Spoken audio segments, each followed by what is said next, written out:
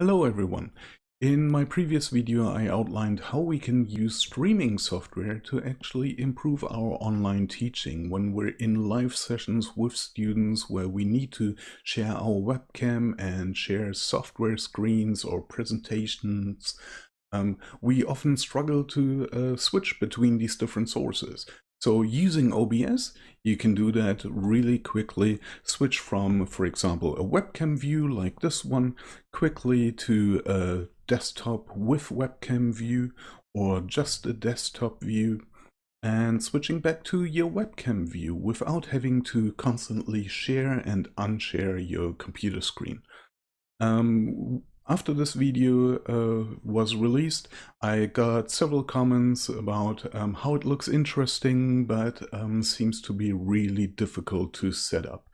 I wanted to show you in this little video how you can set up OBS really quickly for online teaching and create a few basic scenes that can already help you create these quick switches between your webcam only and your desktop together with a webcam image.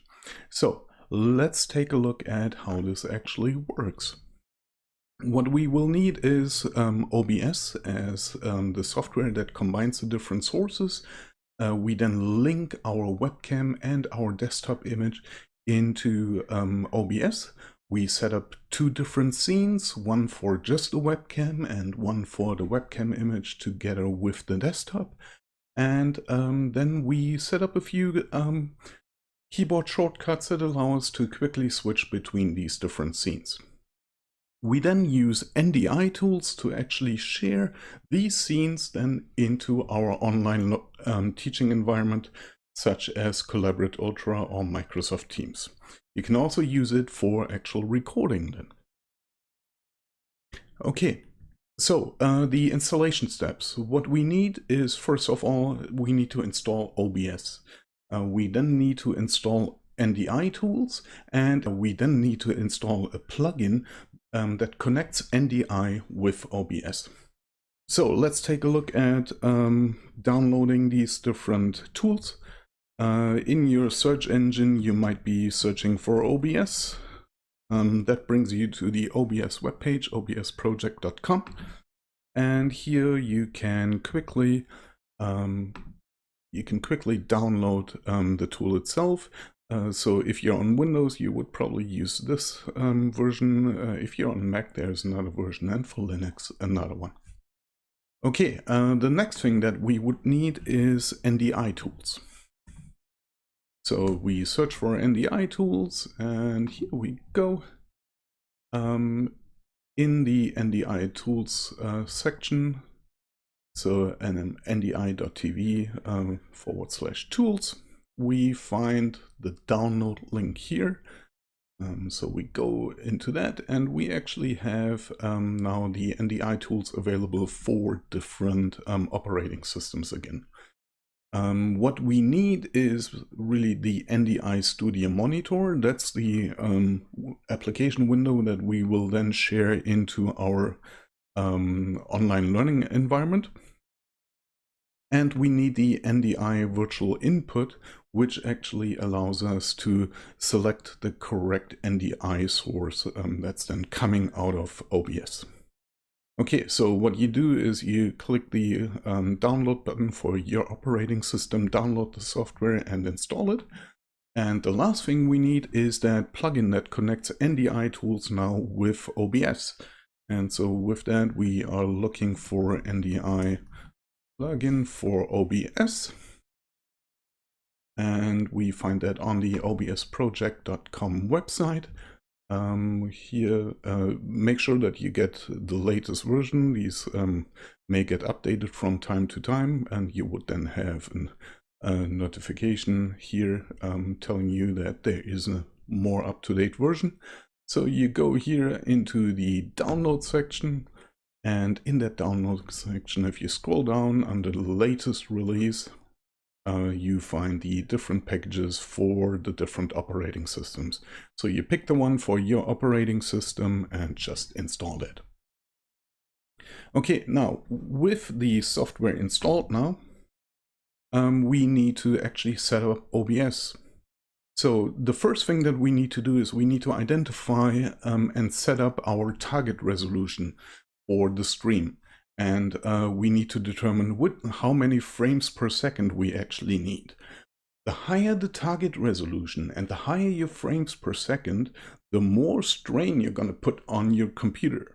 So your computer may not actually handle it if you set your target resolution too high or your frames per second too high. Once we've identified the target resolution and frames per second, we set up the scenes in OBS, and then we set up our keyboard shortcuts. So as for the target resolution, on my computer, which is an HP EliteBook here, it's a laptop, I find that a target resolution of 1280 times 720 pixels is more than enough for the purpose of streaming to the students through Collaborate Ultra.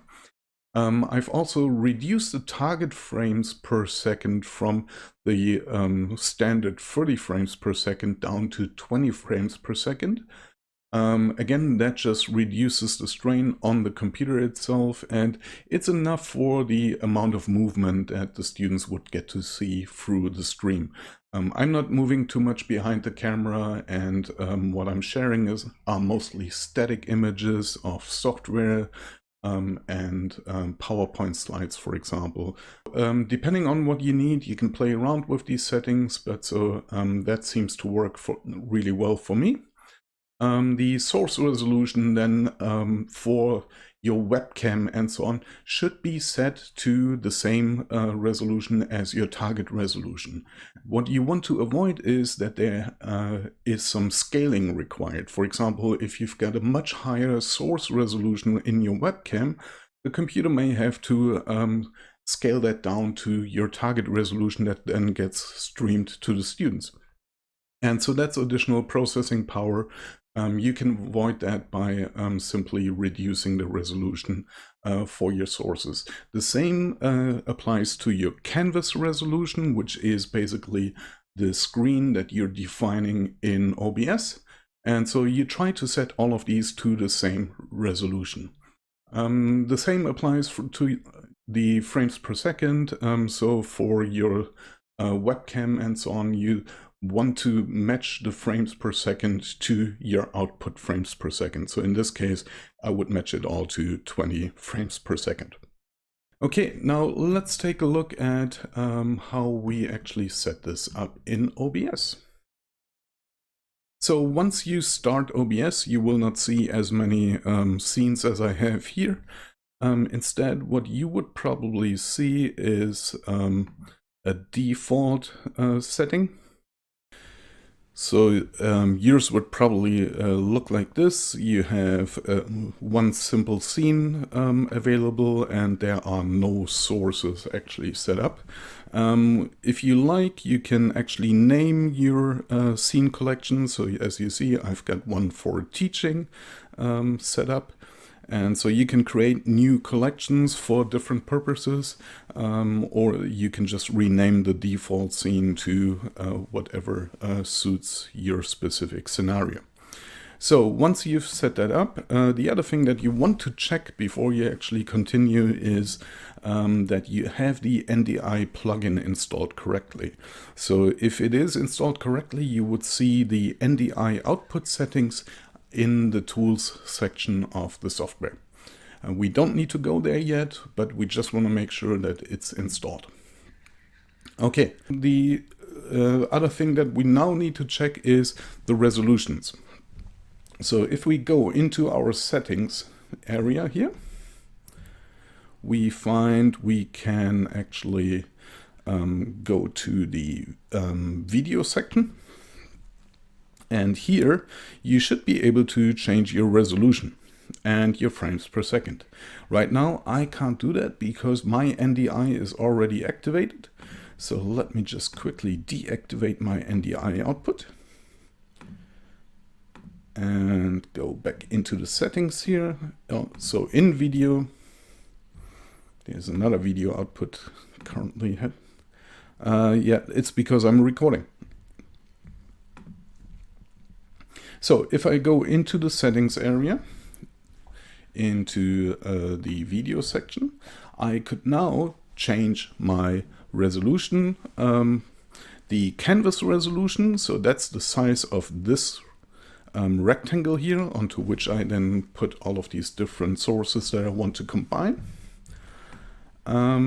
So that's set to 1280 times 720. The output is set to exactly the same value so that there is no additional scaling required. If you require scaling, you can then change the type of filter. There are faster filters and more precise downscale filters.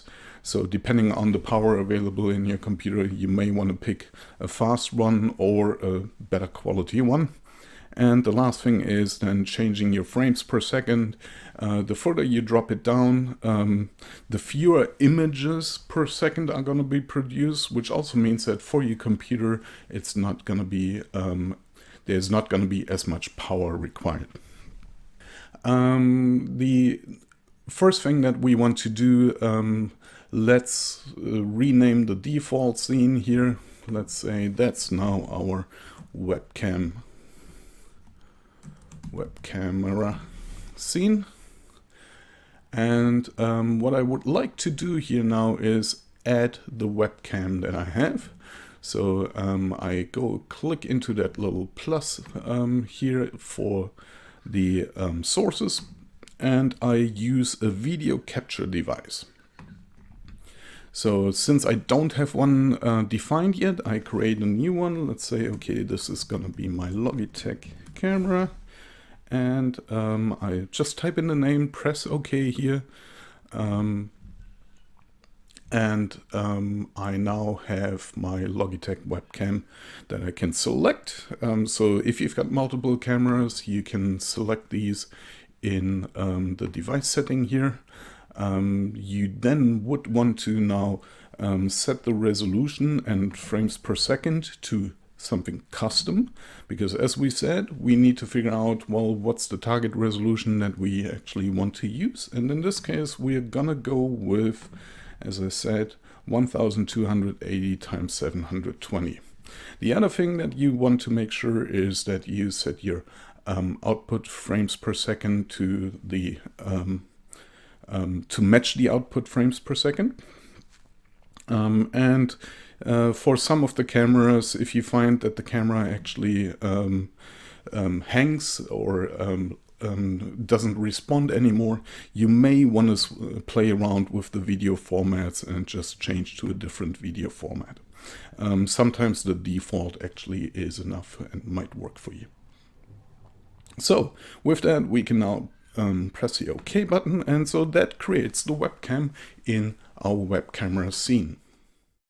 To help reduce the amount of scaling required and reduce the strain on your computer, you may also want to reduce the resolution of your desktop itself.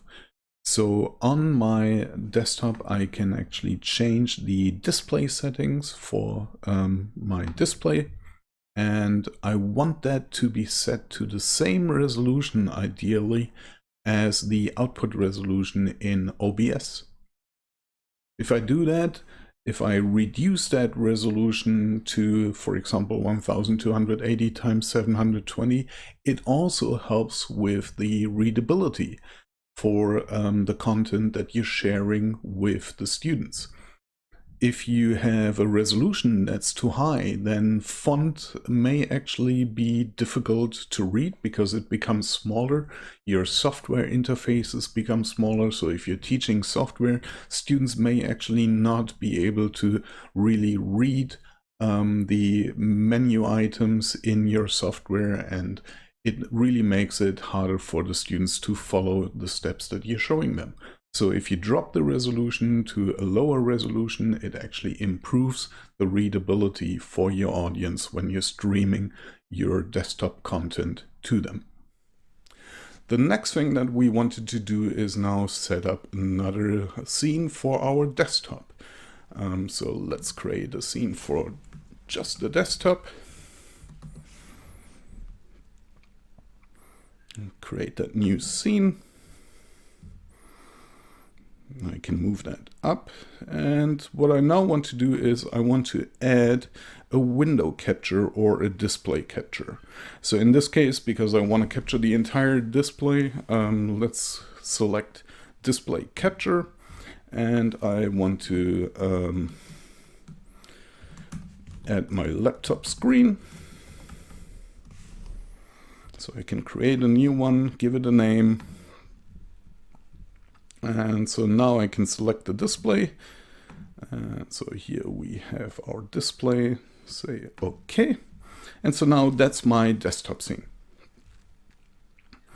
The other thing that I may want to do now is actually set up another scene that combines my webcam together with the desktop. So let's create a D+W scene, for example. And so here I now actually would like to include the other two scenes. So let's include the webcam scene. Let's do that. And I may want to scale that down here a little bit. So again, this is my canvas size. And that we need to check that in a little bit, that that's set to the right resolution. So let's actually reduce the image of the webcam. That should probably be somewhere up here in that corner. And now I want to also include my desktop. So I add my desktop scene.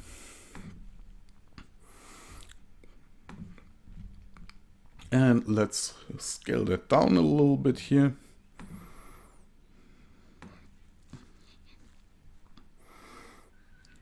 That looks about right. So let's just reduce the webcam size a little bit.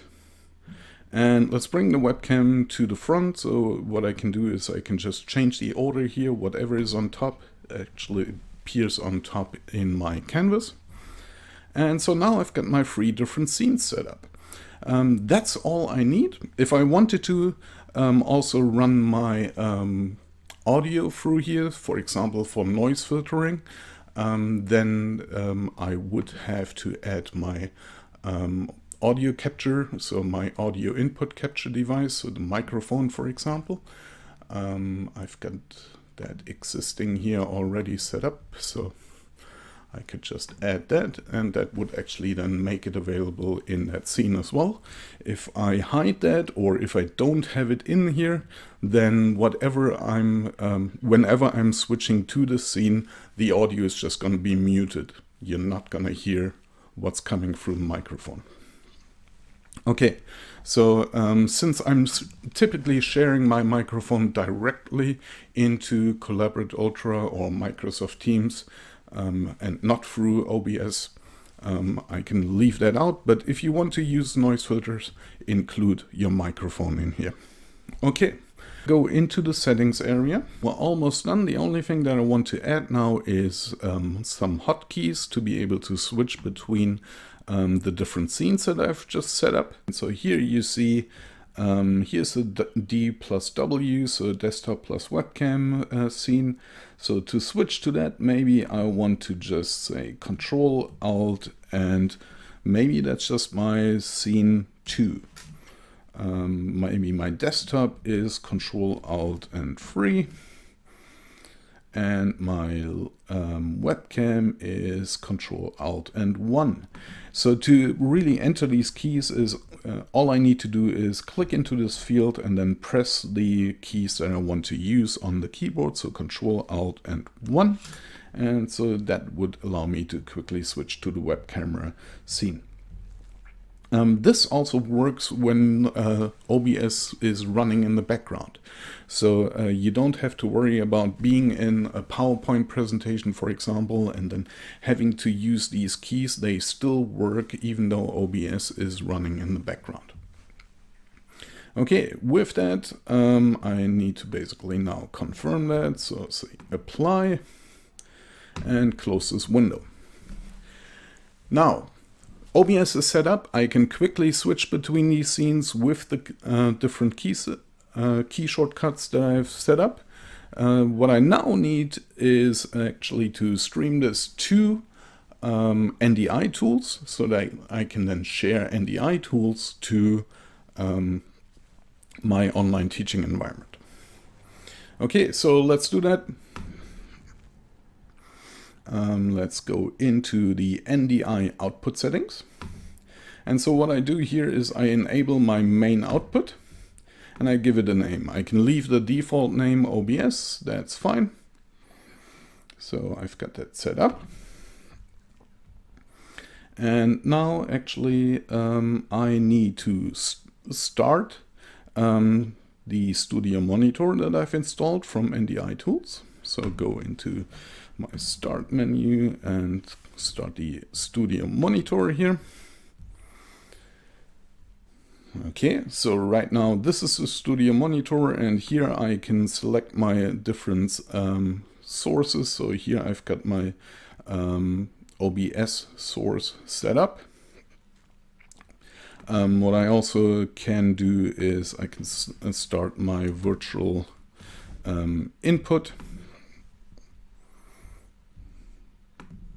And so the virtual input actually appears down here. And it basically allows me to select the OBS source here as well. Let me go in here, secondary mouse button. So you see this is the computer name and then the name of the source that I've typed into OBS here in the NDI output settings. Okay, so I can go in here. If I'm using audio, I can actually change the level of the audio source. So if the audio doesn't quite come through loud enough, then I can actually change that here.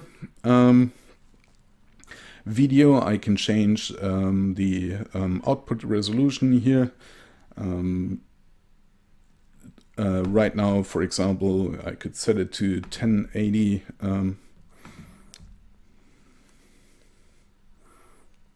Or set it to automatic. So depending on how your streaming experience is, you can actually reduce it, drop the resolution directly through NDI. However, it may actually be a smarter thing to really rescale everything in OBS to the resolution that you actually want to use. So I would set mine, because I've set it to 1280. I would set that to automatic. With that, I'm now pretty much ready to go. I can take a look at my NDI monitor. That's now showing me what's on my screen.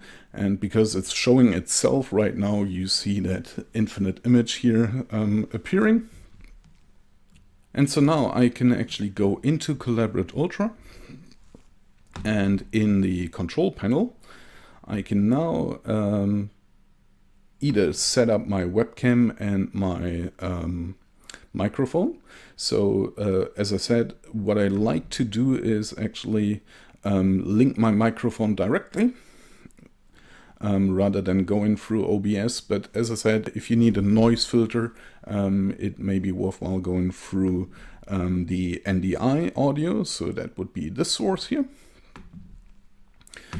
And the next thing that I then can do is I can share my screen as a webcam. However, I honestly personally don't use that because it's creating a small image for the students. What I prefer to do is I actually go into the share content section here and I share an application screen. And so at the start of the session, I would share my Studio Monitor from NDI.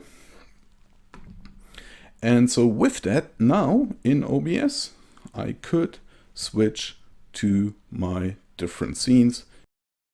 So as you see, this is the screen that I'm sharing with the students, but I can quickly now switch to my webcam perspective, and the students would get to see the webcam. I can switch to my desktop plus webcam and desktop only perspective. all of that with just the press of a shortcut on the keyboard. When you run a session, it's important that you go and start the software in this order. You start OBS first, and you then start the NDI virtual input and the studio monitor. You then simply share the studio monitor in Collaborate Ultra or in any of your other online teaching tools, like Microsoft Teams, for example. Okay, I hope you found this helpful. This was really just a quick introduction into OBS, how to set up your own scenes, and how to then switch between these scenes using keyboard shortcuts and sharing that into your online teaching environment. Of course, there's a lot more to OBS. You can apply filters, audio and video filters. You can embed other different sources, so you can play around with all of these things. These were just the really core basic steps to get you started. Hope you found it helpful. Wishing you all the best. Bye.